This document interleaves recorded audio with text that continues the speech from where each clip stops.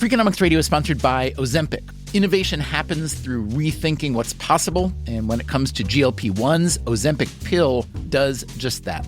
Learn more about Ozempic semaglutide tablets, 4 and 9 milligrams, by calling 1-833-OZEMPIC or visit Ozempic.com to view the medication guide and ask your doctor what's possible with FDA-approved Ozempic pill.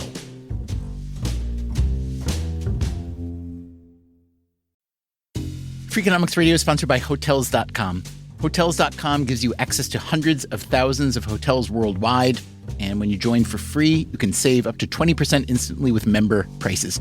Plus, every stay earns rewards, so when you book one trip, you're already lowering the cost of the next one. Hotels.com is simple, rewarding, and designed to help you get more out of every stay. Sign up for free and book today. Hotels.com. It's all in the name. Freakonomics Radio is sponsored by Amica. You know what they say, if you want to go fast, go alone. If you want to go far, go together. So go with Amica and get coverage from a mutual insurer that's built for their customers, one that looks after what's important to you together. Auto, home, life, and more, coverage that fits your unique needs. Amica helps you protect what matters most. Visit Amica.com and get a quote today.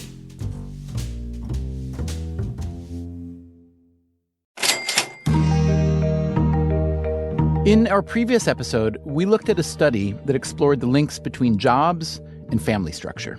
The findings were surprising and, frankly, a little bit depressing. It turns out that the fracking boom, which has provided a lot of good jobs for less educated men, also led to a mini baby boom.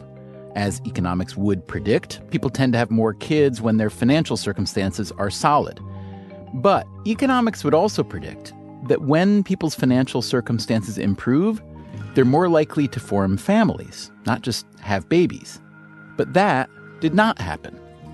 About 40% of the babies born in the U.S. these days are born to unmarried mothers. That's a huge increase over the past few decades. Coming into the fracking study, the researchers had suspected and hoped that good jobs would lead to more stable families. It didn't.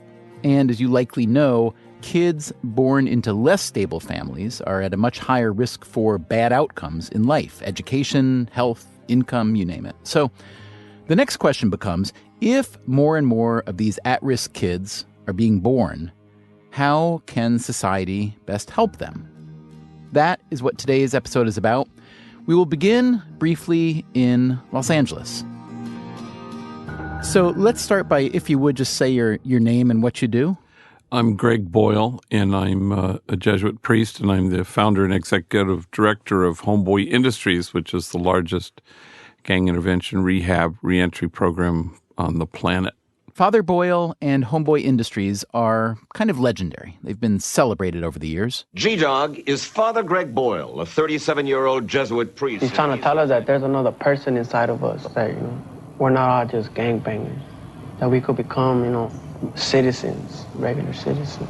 There is no place on the planet Earth where more gang members show up to redirect their lives, to get some help, to begin all over again. Boyle started Homeboy in 1988. When I was pastor of a very poor parish, and we had 8 gangs at war with each other. Things have gotten somewhat better since then. I'm going to bury a guy who was killed, but in a high-speed chase on Saturday. So that'll be my 218th gang member that I've had to bury. But it's nothing like the bad old days when I'd have 8 funerals in a 3-week period. Homeboy caters to gang members who've gotten out of prison. Their motto is nothing stops a bullet like a job. So we have a bakery, several restaurants, farmers markets, but then we have programs alongside like tattoo removal, anger management, and a jobs program trying to find felony-friendly employers to employ enemies working side by side with each other. Boyle preaches what he calls boundless compassion. And by that measure, Homeboy Industries would seem to be a raging success. How concerned is he with more traditional outcomes? If you're driven by outcomes, you're going to only work with a population that will give you good ones. We're going to work with the most belligerent, difficult, hard-headed, as long as they walk through the door. Okay, but big question. how well does a program like this really work? And somebody might say to me, well, how do you know that it works? And I would say, again, no place on the planet Earth has more gang members who walk through the door trying to get help. And the reason I say that is no gang member would walk through the door if this place didn't help, if it didn't somehow work. The story of Father Boyle and Homeboy Industries is inspiring, for sure. He tells it well in a book called Tattoos on the Heart. But his answer about how well Homeboy works... No gang member would walk through the door if this place didn't help, if it didn't somehow work. That doesn't really constitute proof, does it? For that, you'd need to measure outcomes more objectively, more scientifically. Maybe even set up a control group that you could compare to the treatment group. I say this with no disrespect to Father Boyle and others like him. That's not the business they're in. But in a world where so many right-hearted people spend so much time and money on interventions meant to help other people, wouldn't it be nice to understand which ones work and which ones don't? Maybe to even understand when helping hurts. Today on Freakonomics Radio, one of the earliest modern attempts to find out what really does help at-risk kids. The program grafted scientific methods onto a social action program. That study is one of the bedrock studies in the prevention of crime. It was very innovative at the time. It's also the story of a tenacious researcher who chased down the data decades later. It was a little bit like a mystery, and you're trying to track people down, and every time you found someone, it felt like a little treasure hunt. And the conclusions. People just assume that if you do something that sounds good, that it's going to have positive effects, but it's actually more complicated than that. Without exaggeration, it is still shocking to this day.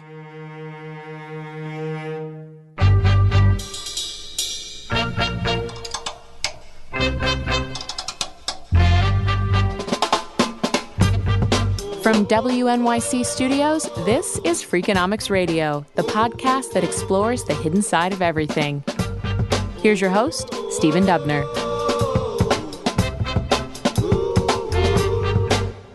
Long before Father Greg Boyle and Homeboy Industries and all the others like them, there was a civic-minded Harvard physician named Richard Clark Cabot. Richard Clark Cabot was just a fascinating character. That's Brandon Welsh, a criminologist at Northeastern University. And for Bostonians, he was a member of the Cabot family. So the Cabots and the Lodges, a very distinguished family. Richard Cabot was a philanthropist and a doctor and very much committed to helping people and committed to figuring out what methods really worked. And that is Jeff Sayer McCord, a philosophy professor at the University of North Carolina, Chapel Hill. And he was quite revolutionary in thinking we ought to be taking the same care when we intervene with people's lives as we do when we intervene with their bodies.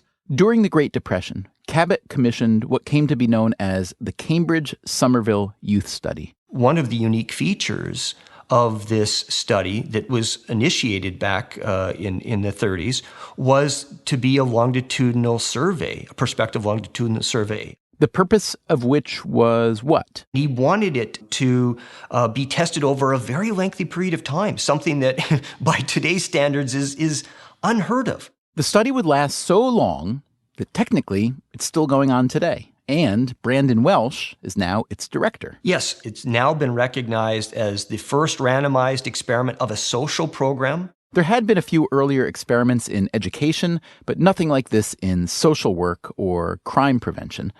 What drove Cabot? He was appalled by the recidivism rate from the Boston Juvenile Court, and he really saw that there was a need to move outside of the treatment regime, outside of attending to after the fact. And so he really coined this view of prevention in the first instance. And he was quite convinced, but didn't have the evidence to support his being convinced, that what we now call mentoring was effective. Jeff Sayer McCord, as you will hear later on, also has an intimate connection to the Cambridge Somerville Youth Study through his late mother, who was a criminologist. Anyway, Dr. Cabot's idea was that boys and young men headed for trouble could benefit from some mentoring. Yes, so the treatment was largely referred to as directed friendship. So hoping to get evidence that mentoring would be helpful, he went to Cambridge and Somerville, at the time a very poor neighborhood, and he identified roughly 250 at-risk kids. This is talking to preachers, teachers, and parents, which kids seem to be having trouble. And then he also identified 250 kids who seemed to be doing well. And the control groups received no special services. They were what we would call a no-treatment control group. And basically information about who they were was recorded, but there was no intervention with them. So the boys were first matched. There were diagnostic pairs. Maybe he would match you and I because we lived in the same neighborhood and we came from families that were the same size and had the same income. And then he flips a coin, basically, and randomly assigns one person from each of the match pairs to a control group. And then in the treatment group are their matched partners. Okay. So the control group is either a kid doing well or a kid not doing well, matched with the opposite. One goes in control, one goes in treatment. Is that right so far? That's exactly right. And then the treatment took a broad range. It was basically counselors who would visit the family. The counselors would meet every couple of weeks with the boys, interact with them, help them with homework, take them to the YMCA. And during the summer months, some of the treatment group boys were able to go to summer camps, and so were sent out of the city. So it was big brother, big sister. It was, the kind of mentoring that still is celebrated. It lasted, from 1939 to 1945. So what you had at the end of the Cabot study was this voluminous set of records. Here's this treasure trove of data with controls. That's almost non-existent in social interventions, that you have data on a control. Okay, so why is this important?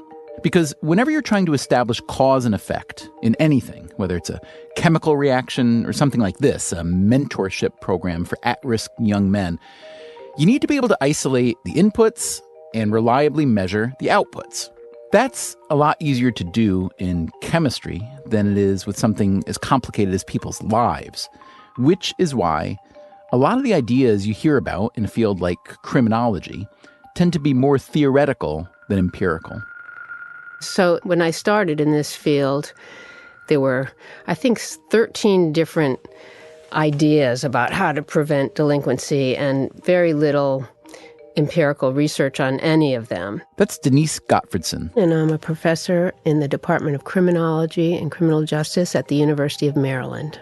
When Gottfredson started out in the field, even something as basic as good measurement was elusive. So it was, for example, quite difficult to study schools because we didn't have the instruments to measure things, and we just didn't have the technology to measure a lot of different schools in the same way. So it was heartening to learn about the Cambridge Somerville Youth Study. That study is one of the bedrock studies in the prevention of crime. All students learn about it.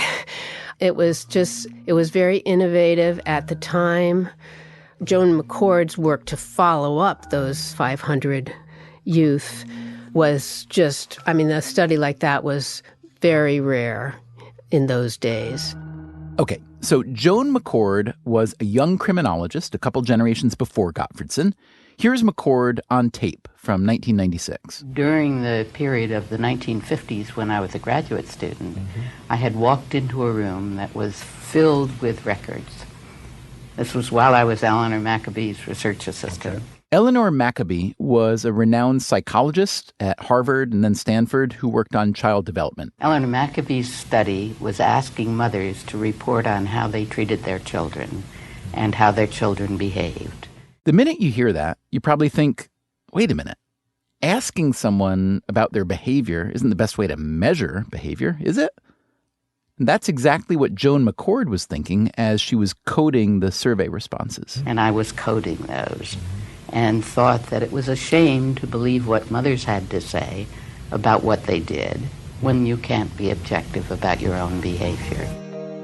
So when Joan McCord heard about the Cambridge Somerville Youth Study, which was launched more than a decade earlier, she got excited because it had been set up to avoid a lot of the typical problems in social science research. First of all, it was a bona fide randomized controlled trial, which meant you could isolate the effects of the intervention. And it also afforded the opportunity to look at long-term effects using objective measurements. For instance, did the kids who got mentorship tend to stay out of trouble and get better jobs? Were they less likely to abuse drugs and alcohol? It would take a lot of work, but McCord knew those questions were answerable. So I applied for a grant as a graduate student. McCord got the grant. In fact, she would go on to become director of the Cambridge Somerville Youth Study, as Brandon Welsh is today. Along the way, she taught at Drexel and Temple universities, and in 1988, she became the first female president of the American Society of Criminology. But back in the 1950s, when she began to look into the Cambridge Somerville data, she wasn't even the first scholar to do such an analysis. So the first one took place in 1948. That's Brandon Welsh again. By now, the boys from the study... The boys were in their early 20s on average, and the findings were a resounding null effect, or they didn't detect any differences in delinquency, offending between the treatment and control groups. So that must have been a little bit surprising and disappointing, correct? Indeed, it was quite surprising. Now, in the late 1950s, Joan McCord comes along, working in partnership with her then-husband, who was a sociologist. These boys were now young men embarking on careers, some already engaged in careers. And so there was this opportunity to examine, one was the program effective? Could there, even be a sleeper effect? And then as part of the longer follow-up phase of the research. And so in the 50s, the McCords found what? Similar findings. They found a null effect, that they found there were no differences between the treatment and control boys on offending. So that's not very encouraging, is it? A mentorship program for troubled boys seems to have no long-term upside. The story might have ended there, quite undramatically, were it not for a dramatic technological innovation. Computers came on the scene, and my mom was really keen to exploit that new resource and had the mathematical ability and the empirical commitment to learn the programming and run the data. That's Jeff Sayer McCord again. She thought once you had that resource, you'd be able to uncover the positive effects she was convinced would be there. These boys were now men in their mid-40s. So she saw a great opportunity to follow up on the inspired commitment to doing social science as a controlled study. And, it was in the grip of that when I got to college, I volunteered as a mentor, as a big brother. You're kidding. You inspired by essentially this idea? Inspired by this program? Oh, yeah. And I love doing it. I love hanging out with kids and this, and I knew his mother and who worked at the college I went to. He was 10 or 12. He was right in that age. And his father had been in jail. It was mostly tutoring and hanging out and playing soccer. And at the same time, I was involved in trying to track down people when my mom started doing a follow-up of this. That's right. Joan McCord had enlisted her son to help track down the men who, nearly 30 years earlier, had been boys in the Cambridge Somerville Youth Study. It was now the 1970s. The world was very different back then. No internet, no cell phones, etc. That's Richard Parente, McCord's research assistant at the time. He was also helping track down these men. So we really had to rely on physical telephone books, searches of official government records that Dr. McCord had gained access to, such as the Bureau of Vital Statistics in Massachusetts. We were, figuring out where they had lived and then doing searches in the library to find people with the same name in roughly the same communities. And you'd be dialing the numbers and, introduce yourself and say, I'm trying to reach so-and-so. Did you used to live in Cambridge at this address? And having confirmed them and said, I'm working for the Cambridge Somerville Youth Study, we'd like to contact you. So I went everywhere from Maine to Florida to California, at least twice. A lot of guys, when I asked them why it was they ended up in, Arizona or California or whatever, and they said, have you been to Somerville? It's a horrible place. I couldn't wait to get out of there. It was a little bit like a mystery, and you're trying to track people down, and every time you found someone, it felt like a little treasure hunt. She found 98% of the people from the study. It kind of boggles the mind to think either how hard she worked or how lucky she got or some combination of both. Can you explain how that number, 98, is so high? It is quite astonishing. A couple factors were working in her favor. The first one was that about 80% of the participants still resided in Massachusetts at roughly age 45. They were the easier ones to find. And I guess probably low income is correlated with low mobility? Very much so. Very much so. Another important part was that Joan began or continued this meticulous record keeping. So the last known address, the last known phone number of these participants. So she had started to build in what we would call today a database. And she was a compulsive note taker. In other words, before Google, there was your mom. That's exactly right. I love that way of thinking about it. And so, for example, if we found from talking to a family member, for example, that one of the subjects from the program had died, Dr. McCord, she didn't consider that case was closed until she actually had documentation, physical documentation. We had one guy in particular who his whole family had told us that he had died in a car accident out in Canada. And so for more than a year, Dr. McCord encouraged me to track this guy down. And I was really at a loss. Come on, Dr. McCord, you're being a real pain in the neck here. Everybody in his family telling me he's dead. You got me chasing it down a ghost. She was meticulous. She was dogged. And then I had a hunch that, well, maybe I'll try looking at the motor vehicle records for the state of Massachusetts. And I found a record of this guy in Massachusetts that was recent. And by luck, one of the numbers I called, and somebody else I hadn't spoken to answered the phone this time. And this person told me that the guy wasn't dead. In fact, he was still in Cambridge. I actually think I interviewed him in a bar. And he basically said that his family had disowned him from when he went into prison and they considered him dead. So McCord and her research assistants tracked down nearly all the participants from the long ago study. They interviewed the men, asking them all sorts of questions about how their lives had turned out. Nearly every interview had one thing in common. Their memories of the mentoring were overwhelmingly positive.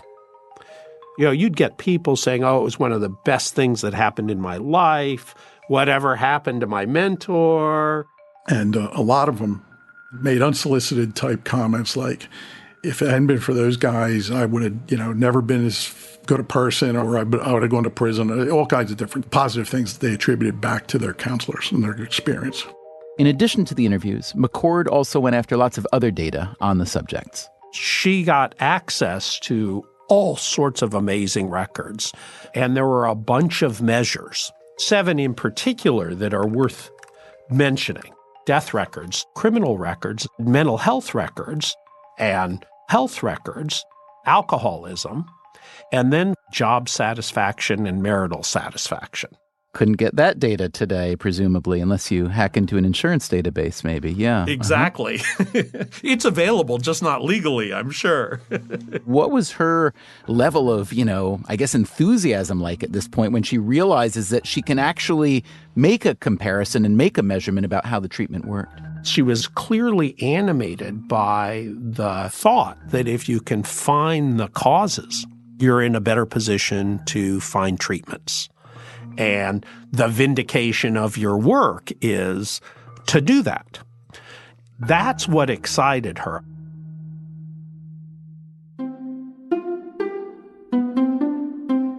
Coming up on Freakonomics Radio, so what did McCord and her intrepid team finally find? It was so surprising that I began from scratch a second time.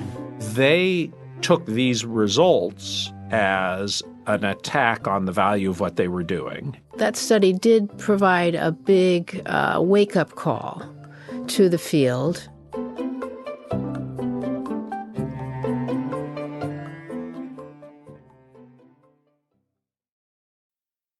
Freakonomics Radio is sponsored by Ozempic. Innovation happens through rethinking what's possible, and when it comes to GLP-1s, Ozempic pill does just that. Learn more about Ozempic semaglutide tablets, 4 and 9 milligrams, by calling 1-833-OZEMPIC or visit Ozempic.com to view the medication guide and ask your doctor what's possible with FDA-approved Ozempic pill.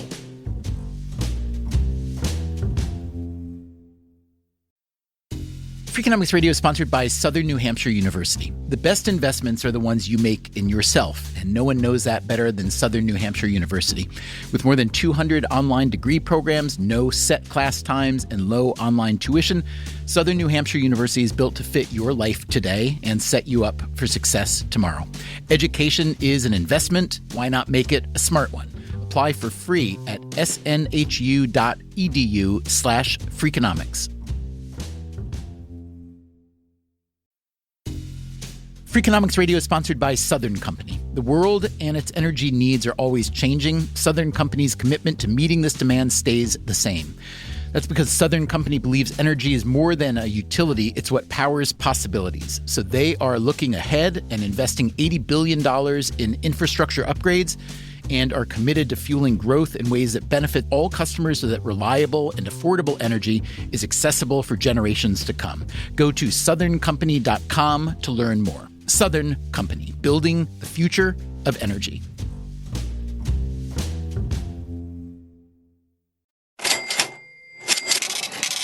Richard Clark Cabot, the Harvard doctor and philosopher who set up the Cambridge Somerville Youth Study, died in 1939, so he never got to learn whether his program actually helped the boys it was designed to help. The counselors would meet every couple of weeks with the boys, interact with them, help them with homework, take them to the YMCA. And during the summer months, some of the treatment group boys were able to go to summer camps, and so were sent out of the city. But now, decades later, the criminologist Joan McCord had an opportunity to rigorously measure the outcomes.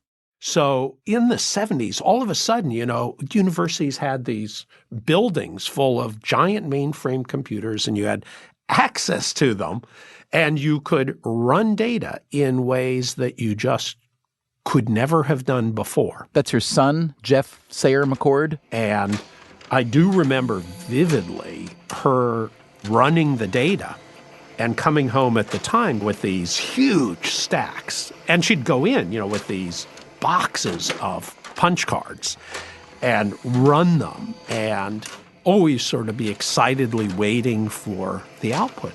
And then she found what? On all 7 measures, we're talking, how long did you live? Were you a criminal? Were you mentally healthy, physically healthy, alcoholic, satisfied with your job, satisfied with your marriage? On all 7 measures, the treatment group did statistically significantly worse off than the control group. Wow. In other words, I was in this program. I liked it. The data show, however, that I came out worse because of the program than someone who was in the program as a control and didn't get the treatment. I should emphasize that there also seemed to be what's called a dose effect. The longer the intervention, the more likely the damage would be done.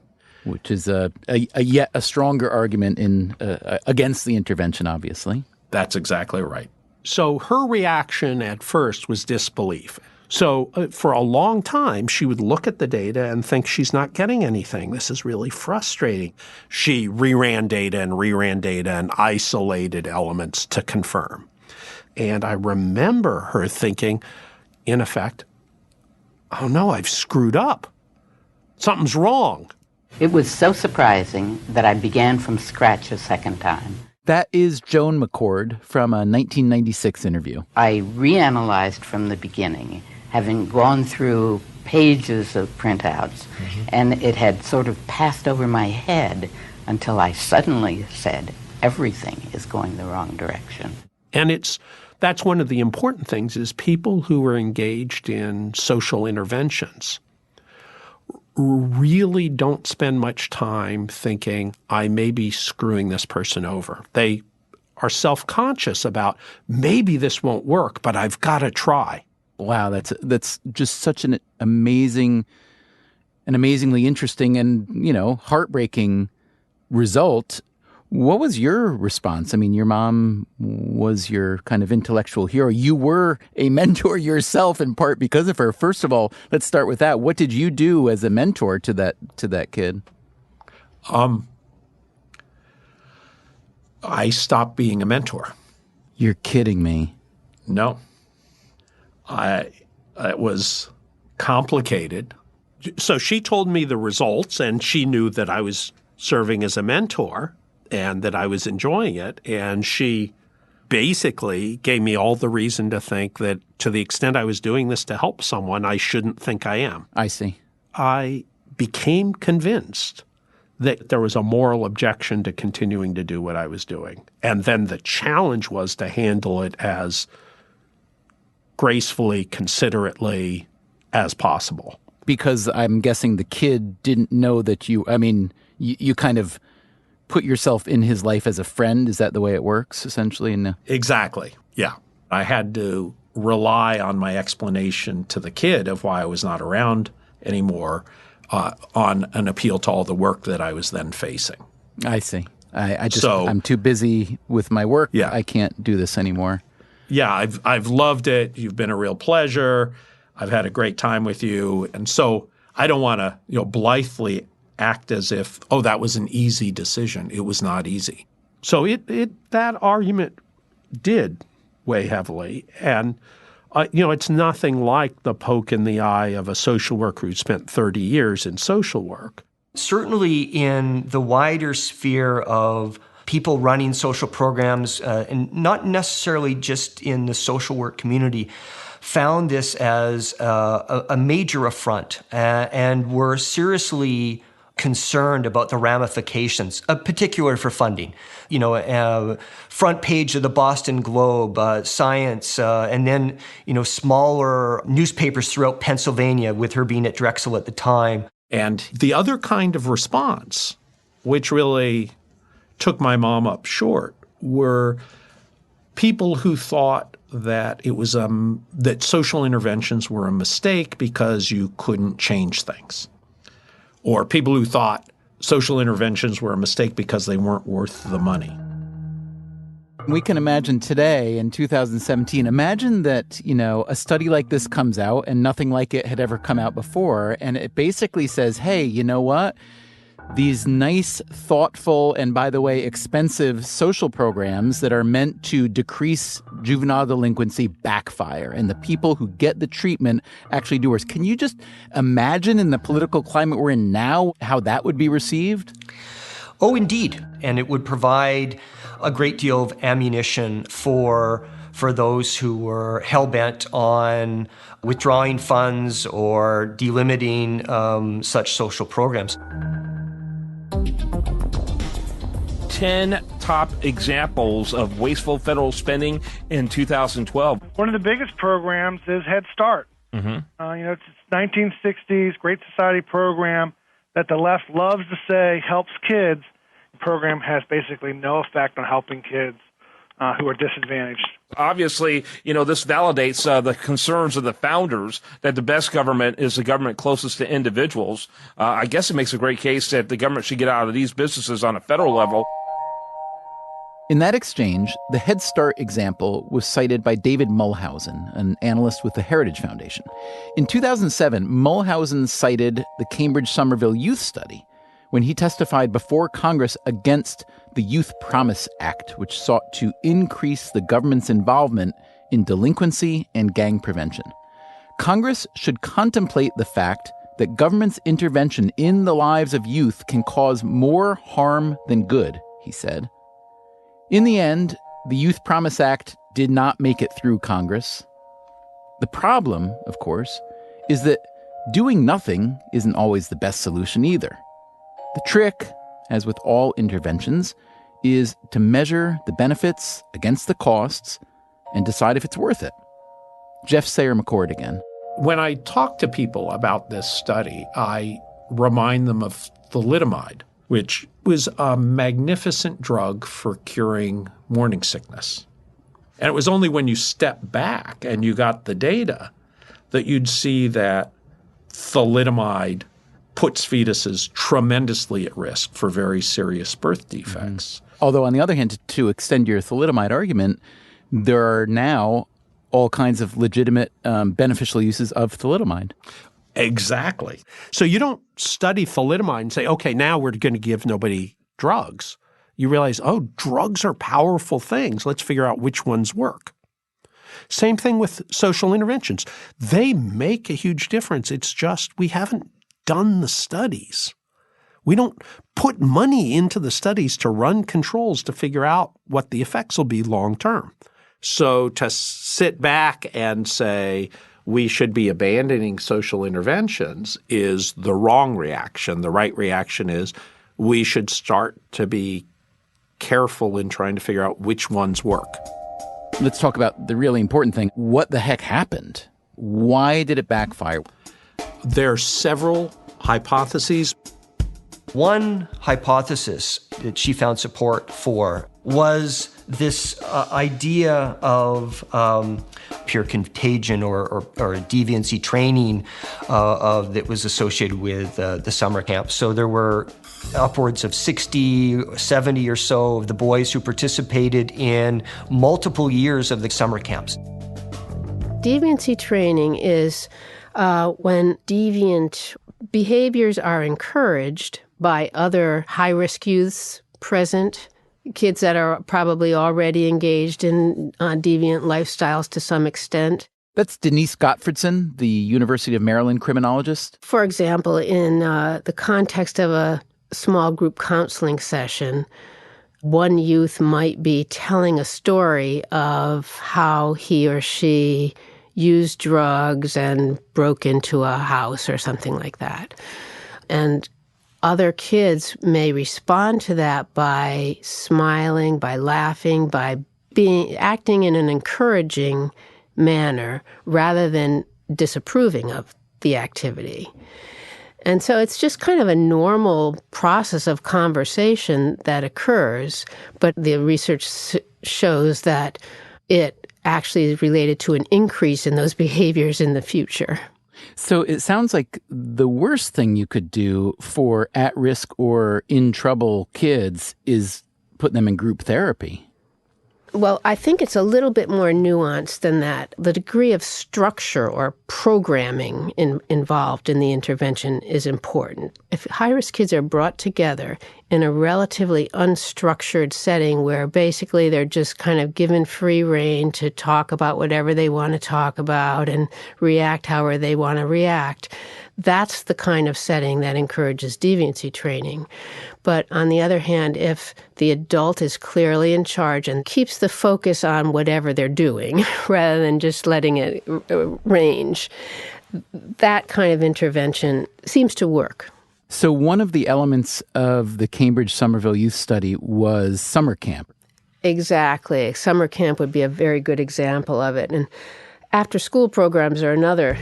Joan demonstrated that those boys who participated in more than one summer camp, they had a heightened level of criminal offending, even relative to those who participated in just 1 year. This is where we saw that dose-response relationship.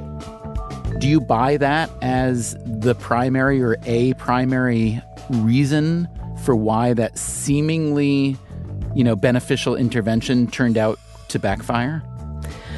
I do buy it. I clearly think we need better research. But I think it is theoretically very consistent with what we know about the causes of delinquency. The very biggest correlate of delinquent behavior is peer delinquency. Another theory, this I think has a lot of traction to it, is that the kids in the program developed a kind of dependence or a sense of need so that when the program ended, they felt like something they needed wasn't there or something they valued wasn't there. What happened was people got a mentor, and then at a certain point, they lost the mentor. Is the deeper part of that theory that these kids are kind of given expectations via osmosis of how their mentors lived? Their mentors have these solid jobs, maybe a solid family, et cetera, and then once they are cut off from the mentor, that they find that they can't get that stuff on their own? Is that kind of the connection to how it might have broken down? Well, that I would put that under a third hypothesis theory, and this was really my mom's favorite theory, though she died before she could test it.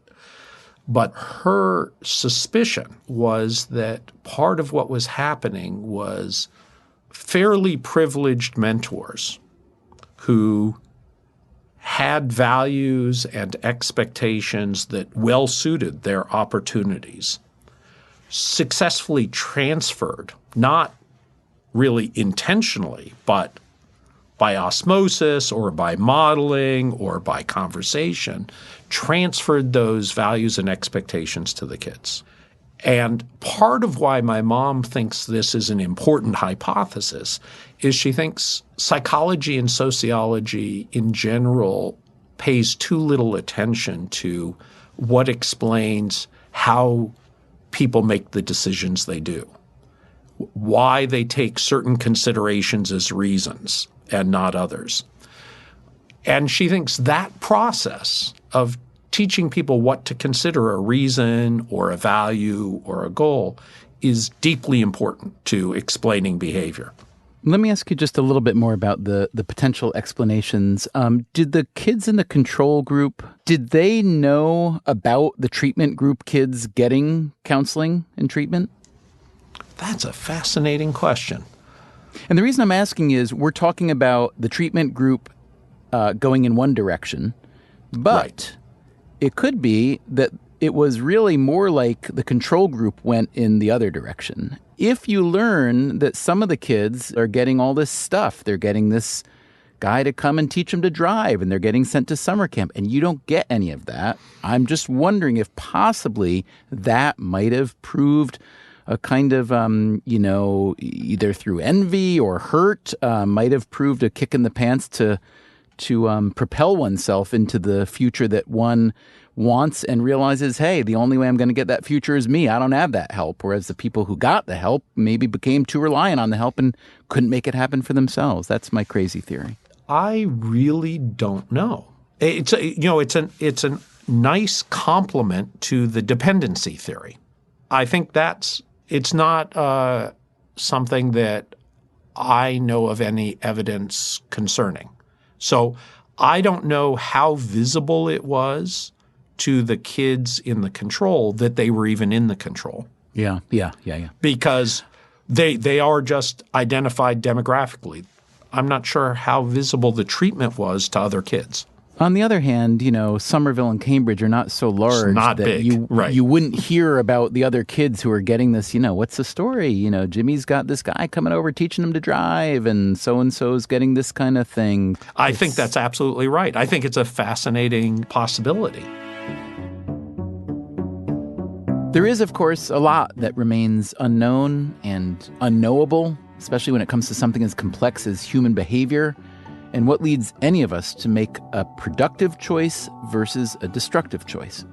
The important thing, at least as I see it, is to keep assembling empirical evidence and to use that evidence rather than relying on gut hunches or ideology or simply good intentions to try to move the needle.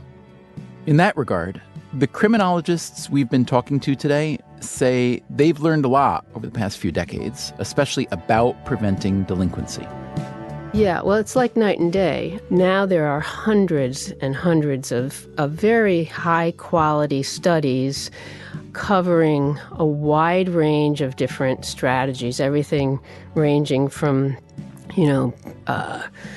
discipline strategies like placing police in schools, all the way to trying to change the social climate in schools to make schools more likable and to increase the attachment that kids feel towards school. We now know that far more programs of a punitive nature have backfired. Scared Straight or boot camps have failed miserably, whereby those boys who received the program would have been better off getting nothing. Some of the things that the evidence suggests do work are efforts to teach kids social competency skills and self-control skills. A lot of kids learn these skills just as a matter of course in growing up. They learn how to control their impulses. They learn how to, to regulate their emotions. We talked about this, the use of cognitive behavioral therapy, in an earlier Freakonomics Radio episode. It was called Preventing Crime for Pennies on the Dollar. You have 30 seconds to open up letter A's fist. But hang on. So over the years, we've developed different models for teaching those skills to kids, but they all have in common this focus on teaching kids to recognize their emotions, to slow down, to think more carefully about the potential consequences of different actions they might take. I will say the economic value that is demonstrated through these small number of benefit cost analyses also is beginning to show on a much larger front. When you compare the cost to society of jails and prisons, even the most costly of these programs is a money saver. So now there's like a second layer of activity that's aimed at just summarizing what the research says to practitioners. So there are lots of different groups that just comb through all of the research and try to make judgments about the quality of the research underlying each of these strategies, and then puts it out there for lay people to have access to. Another major legacy of the Cambridge Somerville Youth Study pertains to the longitudinal perspective nature of it. We're able to talk in a much more precision because of the studies that have been undertaken and the long-term follow-ups as well. Joan McCord was always a proponent of, using evidence to make decisions, and the Cambridge Somerville study was the main basis. That study did provide a big wake-up call to the field that it was really necessary to study things. We can't just assume that they work. The one takeaway might be that delinquency prevention, for all its benefits, is by no means a panacea, and that we need to be equally careful in how we met out prevention resources as we met out treatment resources or intervention resources. The best of intentions can sometimes backfire. I have to say, hearing you speak now, I'm just struck by, I guess you'd have to call it the irony, or at least the paradox, that Cabot was driven by a very sensible revulsion to this high recidivism rate, and ultimately, instead of addressing the problem, actually contributed to. I mean, can you talk for a minute about how you as a researcher dealt with that irony or paradox? Yeah, I mean, you're right. This is the violation of his oath, first do no harm, and he could never have foreseen this when was acting on the best of intentions. So as a researcher, it's really quite difficult, and I know this was certainly part of Joe McCord's difficulty in talking about this. I think her first response was to be crestfallen, finding that it had hurt people in measurable ways. I think she had so much hope for this kind of intervention as paying off. That, again, is Jeff Sayer McCord, Joan McCord's son. But her main view on it was that what the study shows is we can have an impact on people's lives, and that we don't yet know how to have a good impact, and that's a reason to put money into finding out. Yeah, that's a great what makes point. The difference. Yeah. Right. We did something that we thought would work. It didn't work. It produced a backward result, but obviously we can influence behavior. We can influence outcomes, right? We just need to find the right levers, yeah. So she saw this as very strong evidence for supportive research in the hope of making people's lives better, but in the recognition that we don't really yet know how to do that, despite excessive confidence. Let me ask you this. This is kind of a personal question in a way that I hadn't intended on asking, but do you think that was your mom's takeaway in part to kind of soften the blow of the fact that the evidence was so disheartening? That is a very interesting question. My mom was extraordinarily good at avoiding wishful thinking.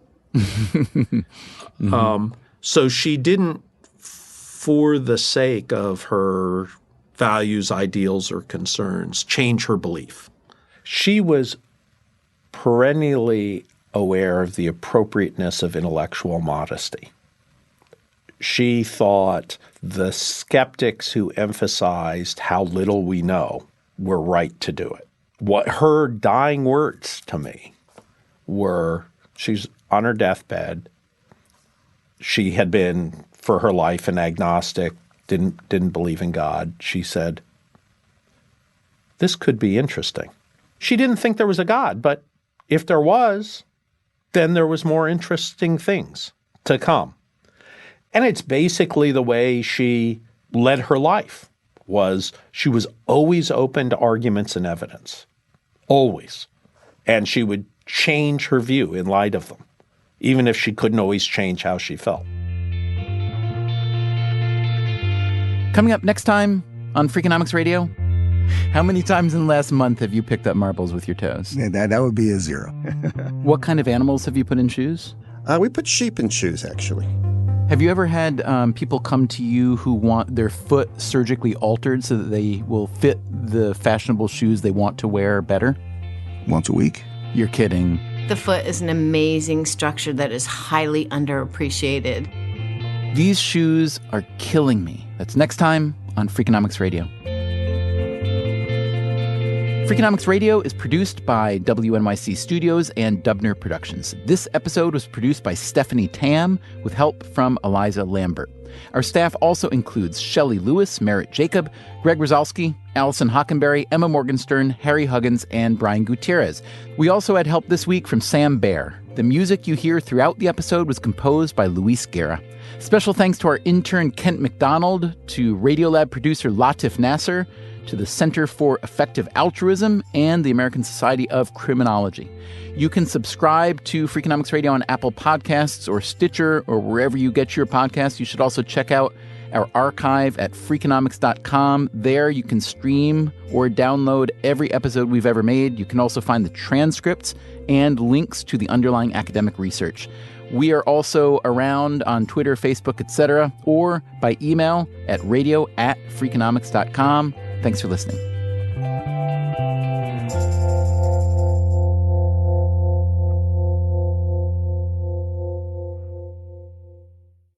This podcast is sponsored by Made In Cookware. Made In partners with multi-generational artisans and some of the world's best chefs to create professional quality cookware, knives, and kitchen tools. Their products are trusted in Michelin-starred restaurants worldwide and designed to perform just as well in your kitchen. From 5-ply stainless clad to carbon steel, every piece is built to last and made to actually make you a better cook. Discover award-winning cookware at madeincookware.com. Freakonomics Radio is sponsored by Vitamix. According to the LA Times, the average American home contains 300,000 items, including a staggering number of appliances. All those gadgets, just clutter. But there's one tool that delivers what a dozen others only promise. From pureeing to chopping, Vitamix blenders bring the power of an entire kitchen to your countertop, offering enduring performance and precision you can count on. In a world full of clutter, do more with less. Visit Vitamix.com and shop now. Hi, I'm Angie Hicks, co-founder of Angie. When you use Angie for your home projects, you know all your jobs will be done well. Roof repair? Done well.